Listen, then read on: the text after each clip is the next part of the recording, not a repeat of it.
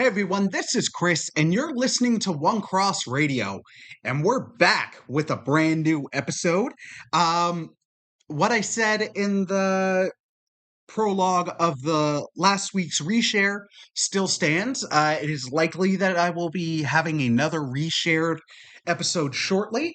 But I thankfully had some time today, and I actually had the energy and focus um to do an episode. As much as I want to do them all the time, anybody who has anxiety, depression, ADHD, or any form of mental health knows, like, sometimes the things that you enjoy doing and want to do can become too stressful and bog you down. Or if you have ADHD, executive dysfunction can be a dick. And it can just be like, nope, you're not doing anything that day. And that's not a conscious choice you make. That's just, I want to do the things, I need to do the things, I desire deeply to do the things, but I physically cannot do the things. Thankfully, that's not the case today. So we are doing a new episode, and as you can tell by the title, we're jumping back into our Unmade series. And frankly, this is one I'm surprised I haven't done. I thought I did this episode, but lo and behold, I haven't. And I'm not. It wasn't even on purpose. That it's two unmade episodes in a row. It wasn't like last week was deliberate to whet the appetites of the for the Unmade series. I've got several episodes prompted and ready to go. Just a little more research is needed, more diligent note taking. And also, you got to be in more of the mind frame to do it. And I haven't been. Things have been very chaotic and stressful. Um, Cost of living in Canada is insane. Um, it's it's not fun.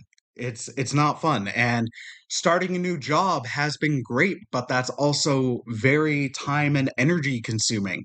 So some of the other episodes I have planned, like doing a deeper dive on Jaws, going back to our disaster stuff with the sinking of the USS Indianapolis, um, and things of that nature. There's more work involved to do the actual events justice, and then also the hopefully do the production of a film that I love, some semblance of justice. Whereas the Unmade, it's a lot easier to do because it's reacting to in the moment. And don't get me wrong, there still was some research, because I'll be honest, with Superman Unmade movies, there are several. There are about five or six, but it's hard to find actual details on them. Outside of a few. So actually, like, scouring to find out what the deals are. Yeah, no, that takes work. Um, not not a lot. I feel like I undersold myself there. I was going to say, like, a lot of work, but, like, it's not like, oh, I can just talk about this. Like, in the case of, say, Superman Reborn, there's a script I've got to read. I don't know much about this movie, and there's not really many details. All I know is it's documented as a film that was potentially going to get made, but then it morphed into eventually the much more known unmade Superman film, Superman Lives. All right, so let's hop into this, shall we? So we're gonna turn the clock back. We're gonna go back to 1989.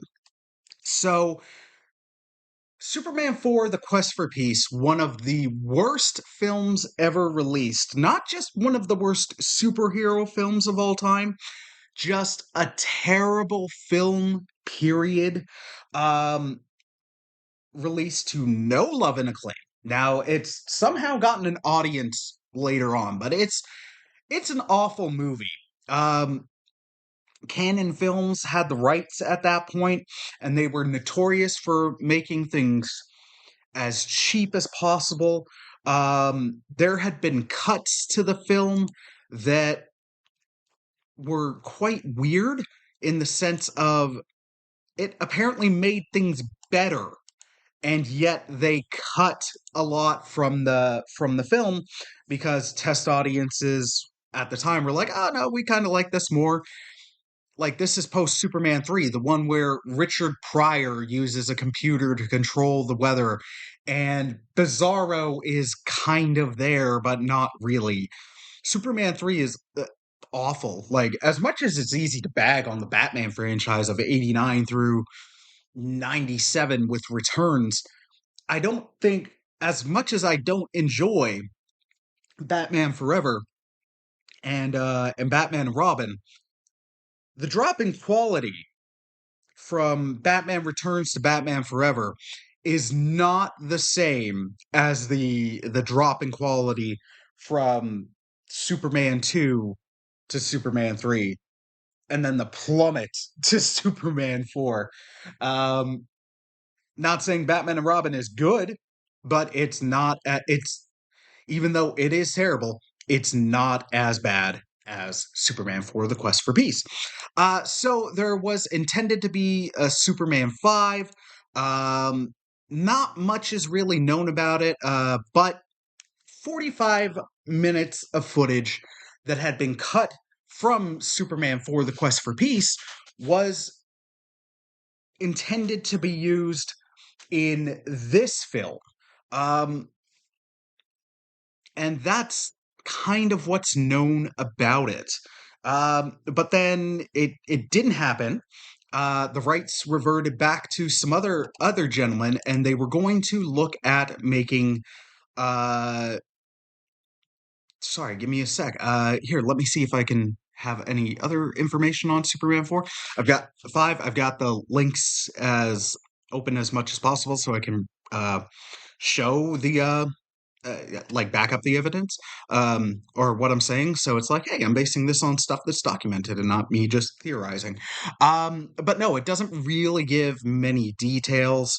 Aside from there was potentially going to be another fight with Nuclear Man 1, which so Nuclear Man was a villain with long nails that scratched Superman and poisoned him and fought him on the moon, and people breathed in space, and Superman 4 is awful. Um, Lex Luthor would have recreated Nuclear Man, and in this he would have been a Frankenstein-like monster. Um, yeah, that would have happened. Um, but the movie uh, the movie got cut. Um, it was delayed. Christopher Reeve was like, "Nope, I don't want to do it." He hated his experience on Superman 4. He didn't think it lived up to anything anything close to Superman 1, which was his personal favorite. It Or even in the Superman 2 ballpark. So he wasn't interested. There was briefly thought Cannon briefly thought of bringing on a different actor to continue, but then they ditched the idea and they moved on from the project because Superman 4 was a complete box office bomb, and it didn't even have like a critical love to bring it back. So then the rights were reacquired by the Salkins, Alexander and Ilya. Now, I can't remember, they're involved in the production rights to Superman. I just can't remember quite where. Um, and they had also stayed in the Superman world with with a successful TV series from 1988 through 1989 called Superboy. So they were going to, in a way, merge the two, where it was going to be Superman, the new movie, and it would have starred Gerard Christopher, who had played Superboy, and he would play the new Superman. Um, so the story would have involved Brainiac, which is great. Mr. Mxpizilek, who I butchered his name, but I think he's an imp from the Silver Age, and he's quite dated. And yeah, I can't let me get uh Mr. Mapizlek right because yeah, no, he is an imp. Um, yeah, he's kind of an imp, a trickster, um, and he has reality warping powers, and he enjoys making Superman's life difficult. Um, heck, this is who Pryor could have been. Wouldn't have been good, but it would have been better. Anyways, um, so it would have involved them. It would have been shot in Florida. Um, but the the budget was getting to be around 35 to 40 million, and people were like, like that was expensive at the time, but also just after the bomb that was Superman 4, they're kind of like, no, we're not going to do this. So they they planned on doing this, but then the father son duo did another film. I just can't remember the name that became a complete and utter bomb. Um, and then they just backed out of the movie business. So then this wasn't even dead on arrival because it never arrived. And like very little story elements were known. All that's known is like, okay, it would have been Gerard Christopher, and we're thinking of Brainiac and Mr. Mapizalek. But that's it. It's done. Um, Eventually, the rights were reacquired by Warner Brothers, and then John Peters stepped in, and then we began work on Superman Reborn slash Superman Lives. And let me see if I can find the other link that had at least some details on Superman Reborn because I had one open. And is it here? Sorry, I'm so sorry. Okay, so Reborn would have happened around 1993. So this would have been post Batman and Batman Returns. So the success after the unceremonious death of the Quest for Peace, like even though there were ideas for another Superman movie, it wasn't going to be thought of as potentially big. Um, but it never thankfully never happened. But then Batman from '89, huge success. Batman Returns, even though it made less money, still a big success. Um, Man, I want to watch Batman Returns soon because it's such a wasted Christmas movie. Um, so because of those and them being more, say, Tim Burton movies than superhero movies, um, they started toying around with the idea of doing another Superman film. John Peters, who had produced Batman, um, was also on board as producer for it. So the little that's known of Superman Reborn is several things that kind of gets into the much more developed Superman Lives. So this would have been loosely adapting the death of Superman, the story where Superman is killed by Doomsday in the comics before eventually coming back. Um, with this, it also would have, with Reborn, it would have focused on relationship troubles between Clark Kent and Lois Lane. Um, and then Doomsday would have acted as the main villain, and the apparent twist was that the film would actually open with Superman's death, at which point he professes his love to Lois, which somehow impregnates her with his child. Uh, and then their son grows at an accelerated rate, reaching age 21 in the span of 3 weeks, and essentially serves as the resurrected Superman. What the hell did I just read? Famously, Kevin Smith has ripped apart the story of the script with Superman at that time reborn. And it's understandably so. And I'll try to find the link to it. It might still be up on YouTube. It's from his first evening with, but he tells the story of his involvement with Superman Lives in great detail. Now, Peters has refuted some of the things, and there is an excellent documentary which actually shows how Superman Lives was better, could have been better than we ever thought it was. Um, Called What Happened The Death of Superman Lives. Excellent documentary, highly recommend. But just based on that, where somehow about the relationship troubles, but it opens with Superman dying, and in confessing his love to Lois, that somehow impregnates her. No idea where she gives birth or in what state this new super baby is born if he's an adult in 3 weeks. No idea how that works. Yeah, no, that's terrible. I never want any version of this to see the light of day. Some of these I'm like, yes, animated movie, yes, do it. Why not? You've got streaming services. Why the heck not? This, no, never see the light of day. Not interested. I'll check out the script, but oh my goodness, this sounds terrible. Um, so let's jump into Superman Lives, which has various versions. Um, so there was a second one where it still uses the idea of the death of Superman.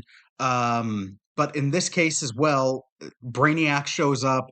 In the script, Brainiac is responsible for the destruction of Krypton, and he's found out Superman is on Earth, and he wants to go there to destroy the last Kryptonian. Now, Brainiac being responsible for the death of Krypton, that's a story beat I love. It was used excellently in Superman the Animated Series. Love it. It's dope. I think it's really cool. So on Earth, Clark was on the verge of a nervous breakdown as he's unable to cope with his dual identity as a reporter and a superhero. He visits a psychoanalyst to discuss those feelings, as well as the love he has for Lois. Um, Brainiac makes his way to Metropolis and unleashes his genetic creation, Doomsday, who has kryptonite laced blood. This naturally draws out Superman, and the two battle to the death. Brainiac wins, and the last Kryptonian is dead. After Superman's funeral, Brainiac attempted to steal the body, recognizing it as valuable genetic material.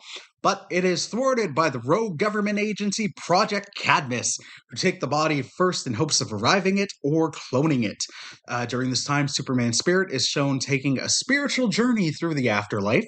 At the end of this journey, he concludes that his work on Earth is not yet done, and his spirit returns to his body.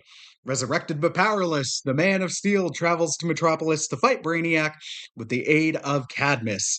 Through the sheer force of his own will, Superman regains his powers and defeats Brainiac, giving him a sense of closure and security in the world. Yeah, not gonna lie. Some ideas in there aren't bad.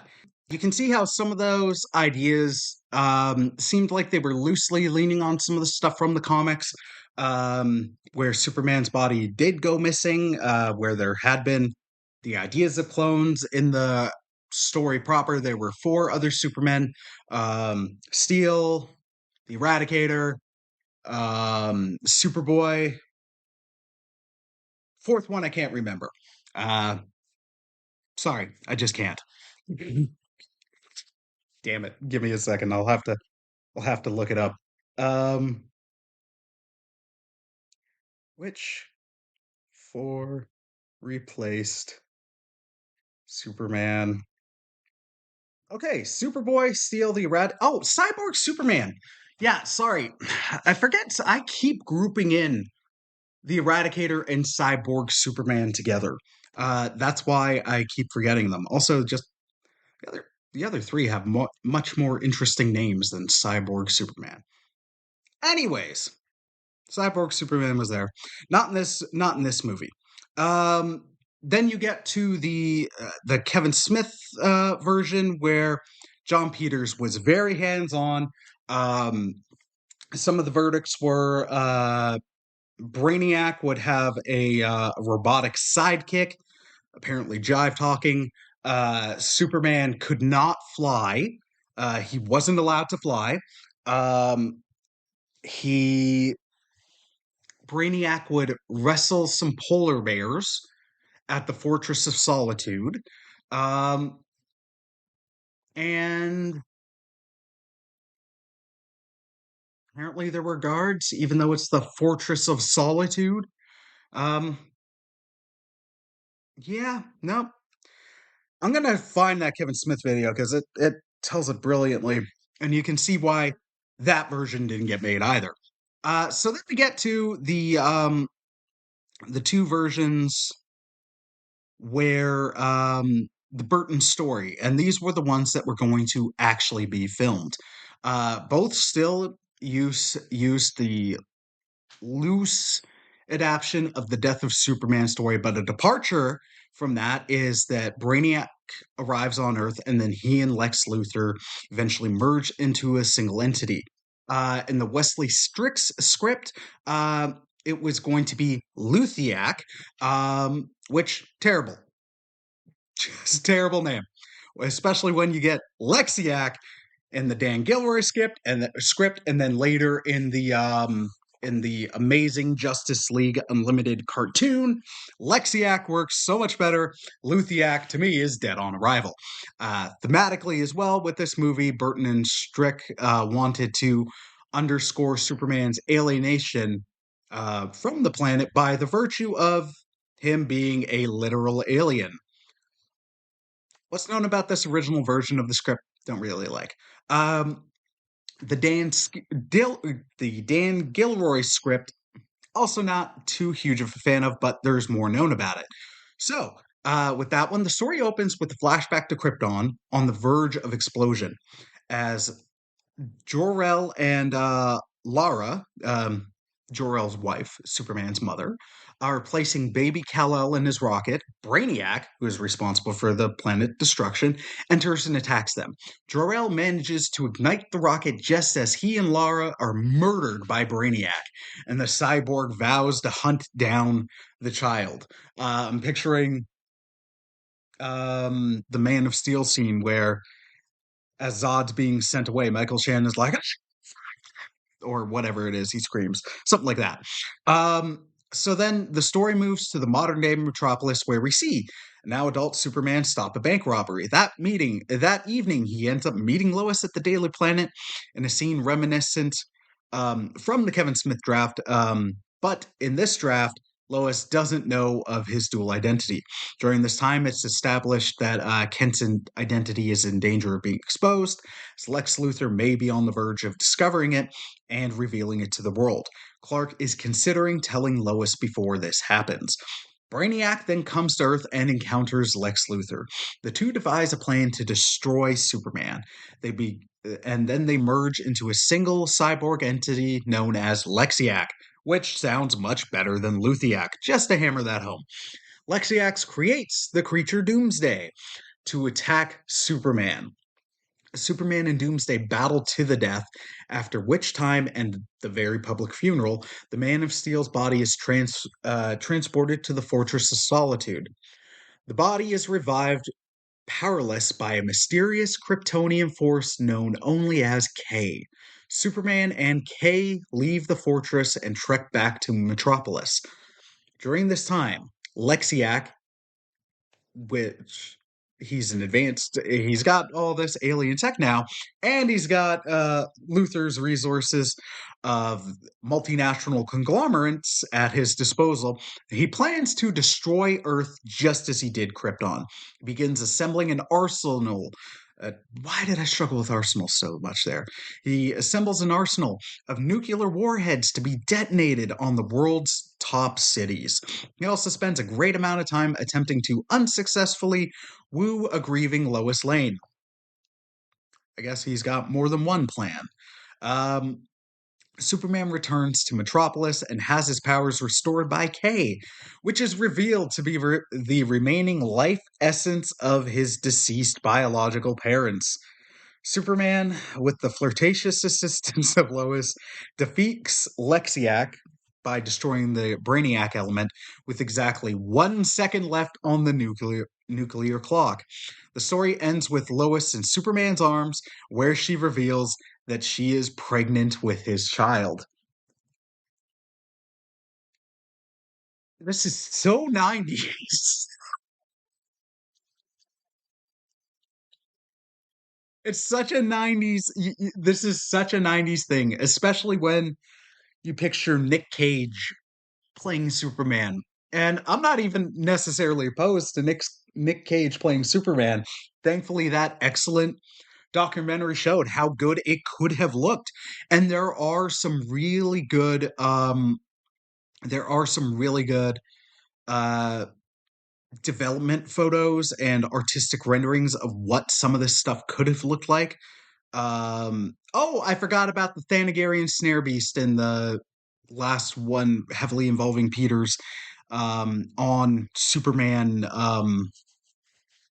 in the Kevin Smith draft of Superman Lives, where it ends with him fighting a giant spider, but they called it Thanagarian snare beast.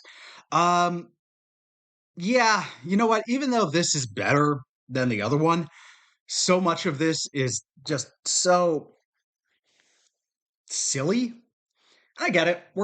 I love comic books. I even love the Silver Age stuff where it's inherently silly.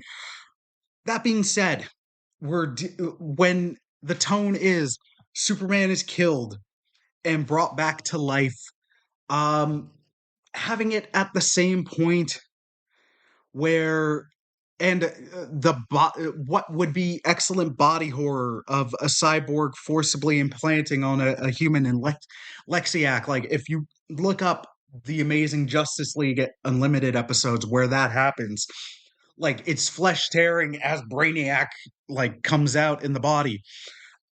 Some of that just it doesn't square with the same tone of the essence of your dead parents and potentially like yeah, and the ticking nuclear clock and Lex Luthor hitting on Lois and then Lois flirting with Superman as they possibly kill Lex Luthor because how do you revive the body? I don't know. I don't know. This one it's out of everything we've gone over so far, like this one, yeah, sure. Why not do an animated version of it? Why not? It's bonkers. But live action, I don't think this would have worked. Moving on. We're now up to another famous one from around 2002, and it was aimed to be released in 2004. It would have been Batman versus Superman. Um, and it would have been directed by one Wolfgang Peterson. Now, Wolfgang had it was going to be based on script from Andrew Kevin Walker and Akiva Goldsmith. It was expected to film in 2003 with a release in 2004. Project collapsed when Wolfgang Peterson left to direct the well-known Troy, the historic epic of debatable quality. I happen to enjoy Troy a fair bit. Um, as of and then the idea is separated, and you got Batman Begins, and then you got Superman. We eventually got after some other false starts. We got Superman Returns. So the story in this, I'm not sure what its connectivity would have been to the earlier Batman films or the earlier Superman films. it could have been loosely connected. The idea was this would take place 5 years after the death of Robin. In this area, Wayne has retired. In this story, Wayne retired the mantle of Batman and has found happiness with his fiancee Elizabeth. At their wedding, however, the Joker is resurrected, or a resurrected Joker crashes the ceremony and murders Elizabeth. So I imagine that, yeah, it's a very loose continuation of the Burton Schumacher films. Um, with this newfound rage, like having happiness found and then torn away, Bruce once again dons the cape and cowl and goes to hunt the Joker. Once on this manhunt, though, Batman encounters Superman, who fears that Wayne will cross the line and become a murderer. Uh, Although, if we're going by this being in the Burton Schumacher films, Batman killed people, so he already is. Um, this sets the two heroes up for a violent collision against each other. Unbeknownst to each other, these actions fall in line with a villainous plot by Lex Luthor, who is responsible for the resurrection of the Joker. Man. Um, and you can see how some of it, like Lex pulling the strings to start the fight. Hey, this happened years later, but at least this time it wasn't about Martha. Um, Man, Superman is an interesting fight. It's one that gets referenced a lot ever since The Dark Knight Returns. But of course, they'll always end up working together. I'm honestly still like, why the hell haven't we gotten a World's Finest movie? Just call it World's Finest. They can fight in the first act. We know they're going to team up by the end. We know. So, yeah, and this taking its nebulous idea of continuity makes it very hard to understand, because if we're resurrecting the Joker and it's a continuation of the Burton Schumacher films, then Superman should have stopped Batman and Batman Returns because he killed several people. If he was worried about the Bat kill count, then it would have been in that movie. He killed the Joker directly at the end of Batman. Um, it's not and it's not even the "I don't have to save you" thing. It's not. He tied a gargoyle to a human being, dangling on a ladder to a helicopter. Like, nah, dude's clearly gonna die. Um, After he killed other people as well. Um, and then Lex resurrecting the Joker. What? At least with Dawn of Justice, like mad scientist Lex, creates Doomsday, which I hate that version, but I can go along with that a little bit more because it's alien technology and alien science with human science, and it's all gobbledygook. So sure, why not? But in this case, no. Joker's a human being, human science. No, no, just no. This is bad. Um, and the one story piece I like from it is the idea of Batman about to find hope and finding hope and happiness and then losing it. But we got that amazingly and so much better in the animated classic Mask of the Phantasm, which is one of the best Batman movies, period. Um, yeah, no, I'm glad this didn't see the light of day.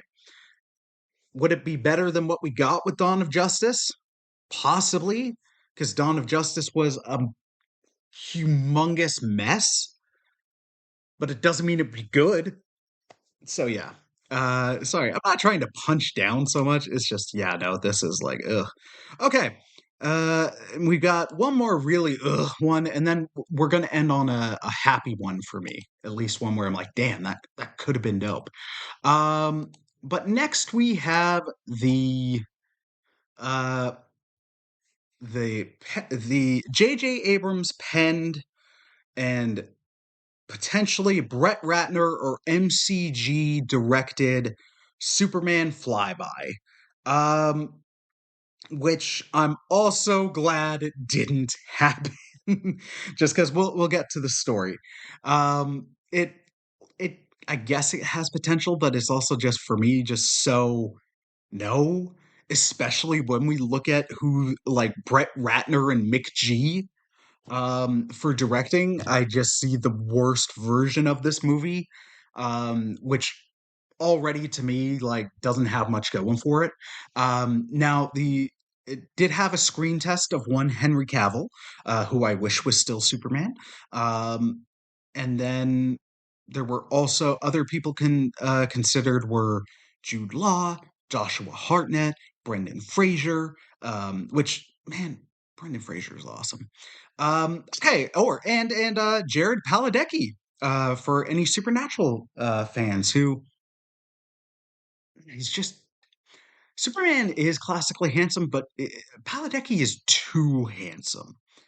Padalecki would have been modern day Padalecki for Superman Lives, where they were going for the mullet. Padalecki has a great head of hair. That's all I'm saying. Anyways, so it would have been a new origin story that included Krypton being besieged by a civil war between Jor-El and his corrupt brother, Kata-Zor. Before Kata-Zor sentences Jor-El to prison, Kal-El is launched to Earth to fulfill a prophecy. What prophecy? It's not mentioned. Already hate it. As soon as it's the prophecy, like, not every bloody movie needs a prophecy. um, Adopted by Jonathan Martha Kent, he forms a romance with Lois Lane in the Daily Planet. However, Lois is more concerned with exposing Lex Luthor, in this film written as a government agent obsessed with UFO phenomena. Clark reveals himself to the world as Superman, that then brings Katazor's son, Tyzor, and three other Kryptonians to Earth. So we're seeing shades of Zod and his two plus one.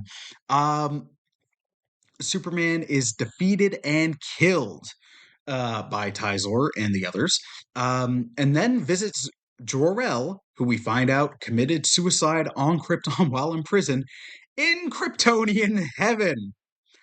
Resurrected, he returns to Earth and defeats the four Kryptonians, while the script ends with Superman off to Krypton, leaving a cliffhanger for the sequel.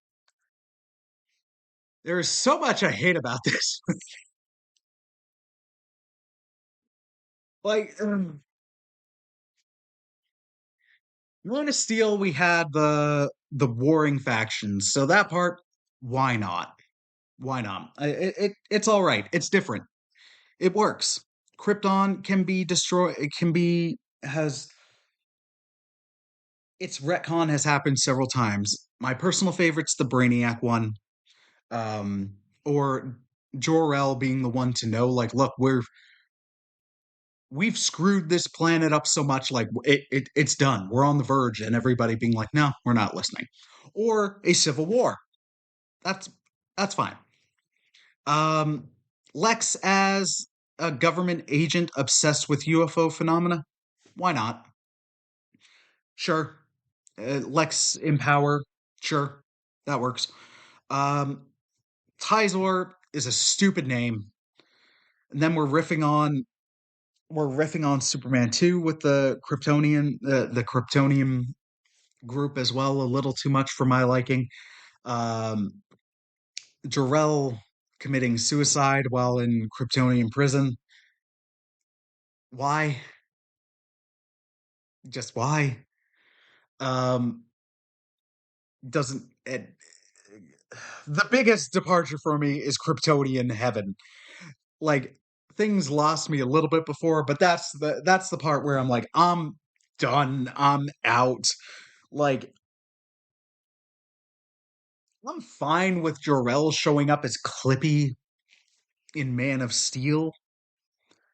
I'm good with that.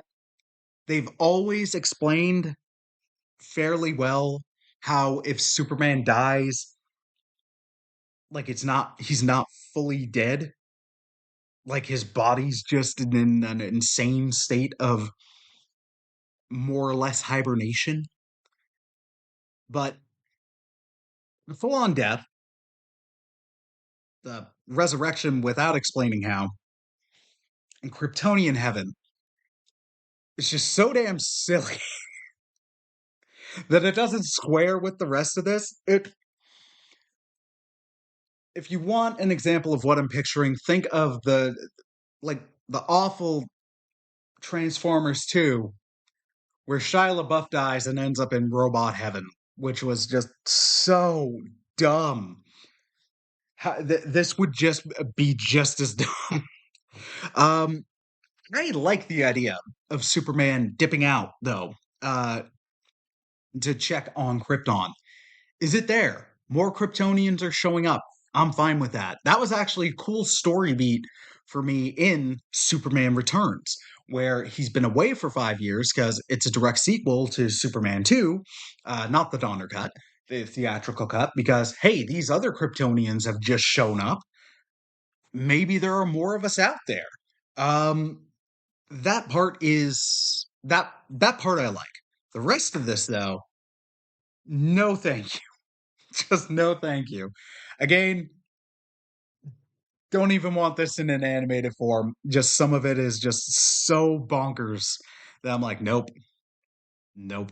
All right, so then we're gonna jump to what is my personal favorite of these unmade movies, and the one that I would most have liked to see happen. To me, it easily could have fallen under its premise, but I really like the ideas being presented. So this would have been a sequel to Superman Returns, and it would have been called just Superman: The Man of Steel, or Superman 2: The Man of Steel, Superman Returns to the Man of Steel, which I'd just say drop Returns to. Anyways, so it would have been with now very controversial director Bryan Singer. And it would have also involved now very controversial figure Kevin Spacey. So you understand why, hey, it's good that maybe it's better that this didn't happen in a way. But I would actually still love an animated version of just this, just without those two individuals. Um, and it would have the idea of it, Singer was looking to make a much more action oriented sequel.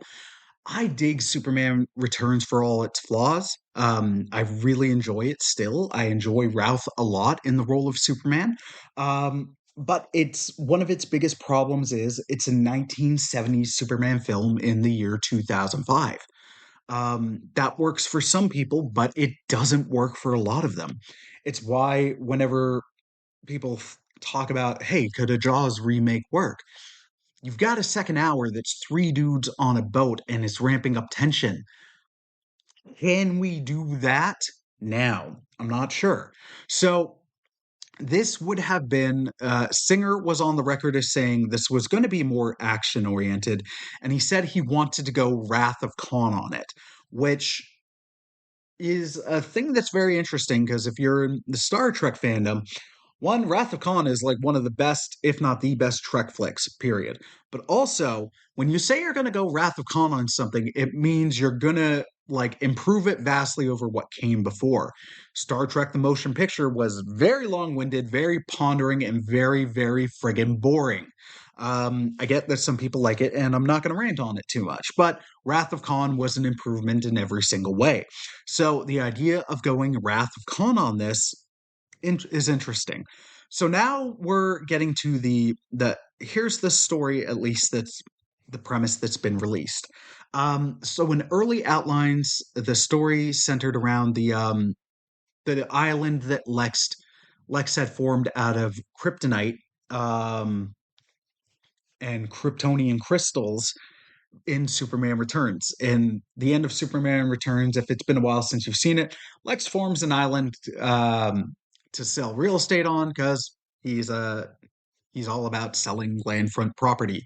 That was the Lex MO from the Donner Superman films. Um, and my joke has always been like he eventually would want to he'd try to kill Superman because he wants to have the corner on the market on the flying car. Anyways, that movie ended with Superman after powering up, like hurling this island that also was made a fair bit of kryptonite into the this landmass. He hurled it into outer space. So this large mass of Kryptonian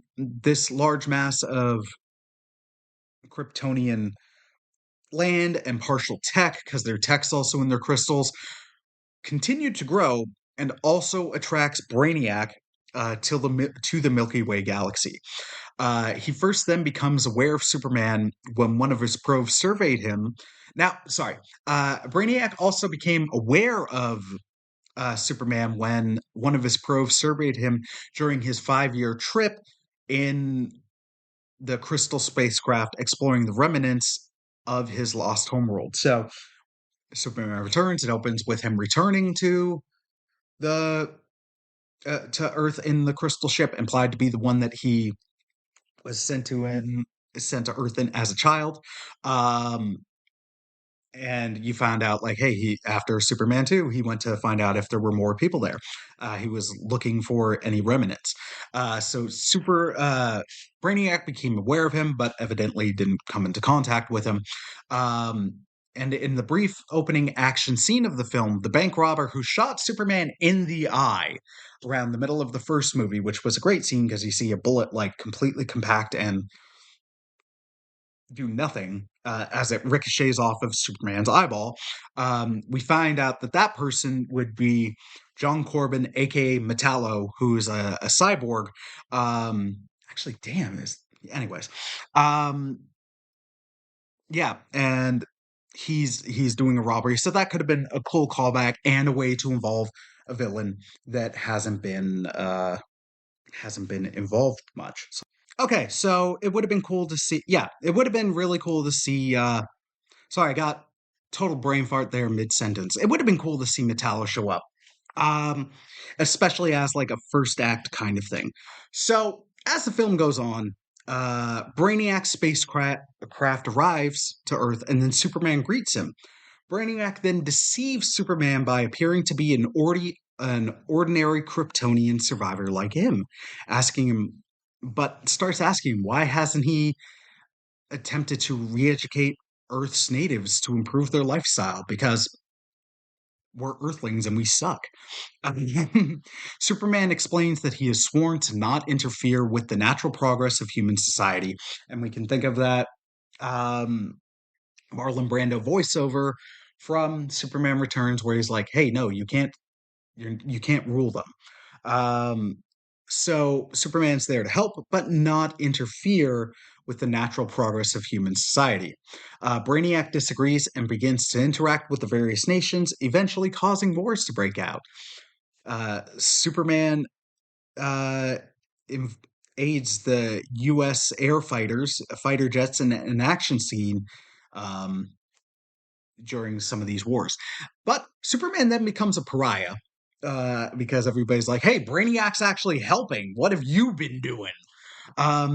And he investigates the innards of Brainiac's ship. He finds an army of cloned bodies that resemble the body that Brainiac's in, and learns that Brainiac is actually a ruthless artificial intelligence that destroyed Krypton. Love it.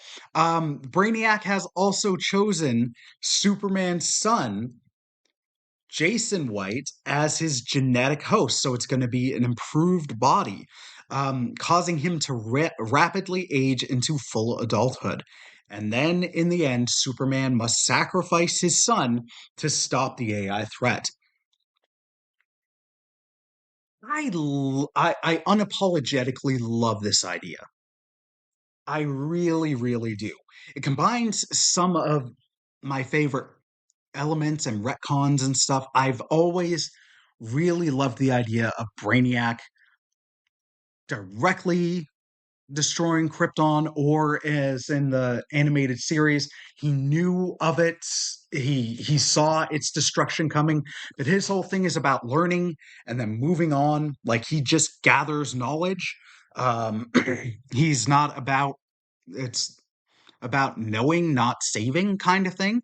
Um, so having him destroy Krypton, I really like. Brainiac can be evil, but not in the mustache twirling way. So him also seeing Superman's son as like, oh, yeah, that's the body I'm going to inhabit.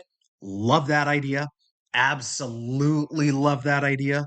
Because then also that makes the stakes of the final fight so much harder. Um, that's so much more emotional.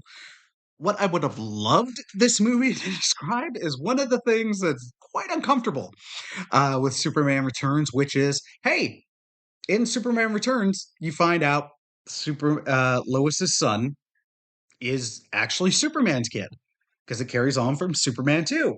And in Superman 2, Lois and Superman got busy.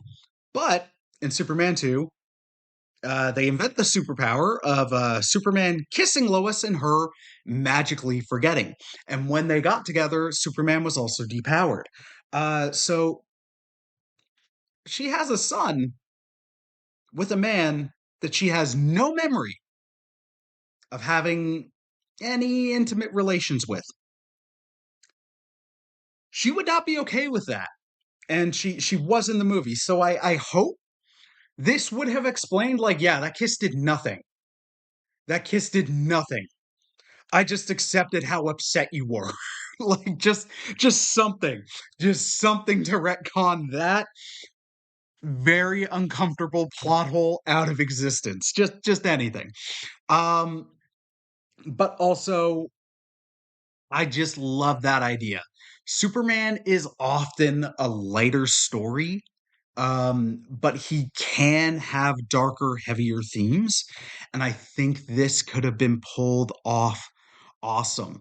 And then it wouldn't have been his son in a child, like as the child, the little asthmatic kid that we saw. Like we would have seen him in that body, but then once Brainiac takes over, like rapidly aged him into full adulthood, so then it's not Superman neck snapping a child. Um, I love this. I love this idea. Um, and then the sacrifice of can he save his son? Does he have for like can he save his son for himself? For his for Lois? Are they husband and wife? Because Lois was engaged to somebody else at this time. Uh, like, and what's going on with that dude who finds out the son that he thought was his was actually Superman's? So he's lost his son, potentially his fiance. This movie actually could have been dope. And out of all of the unmade Superman ones, especially about stuff we know about, this is the one I'm most interested in. I'd love to have a segment about like Man of Steel 2, what the Henry Cavill standalone sequel would have been, but I couldn't find any information on it. I hope to eventually. But out of all of them, this is the one I like the most. Give this to me in live action. Give this to me in a comic book. Give this to me in animated movie. Recast Lex Luthor, get a different director, but give me this. I unapologetically love this story. It's not perfect, but out of all of the other ones I've read, this is bar none to me the best. All right. Anyways, that about does it. We are done going down the trail of unmade Superman films. Let me know in the comments what your favorite one would have been. Do you agree with me that Superman Man of Steel was the best one of them?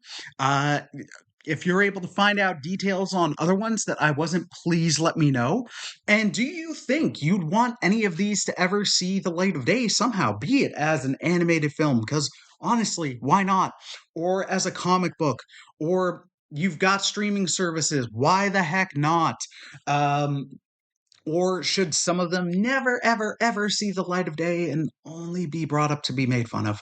Uh, or remind us how much better comic book movies are now, even when they're bad, than the bygone era of the 80s, 90s, and early to mid 2000s before they started taking comic book movies much more seriously. All right, all that being said, I hope you all are being safe, taking care, being kind to one another. Please be kind to one another. Um, and enjoy this season. It's cold in Canada and then it's not, and people are often on sick. Be safe, be good to each other, and hope you enjoyed. God bless, my friends. Peace.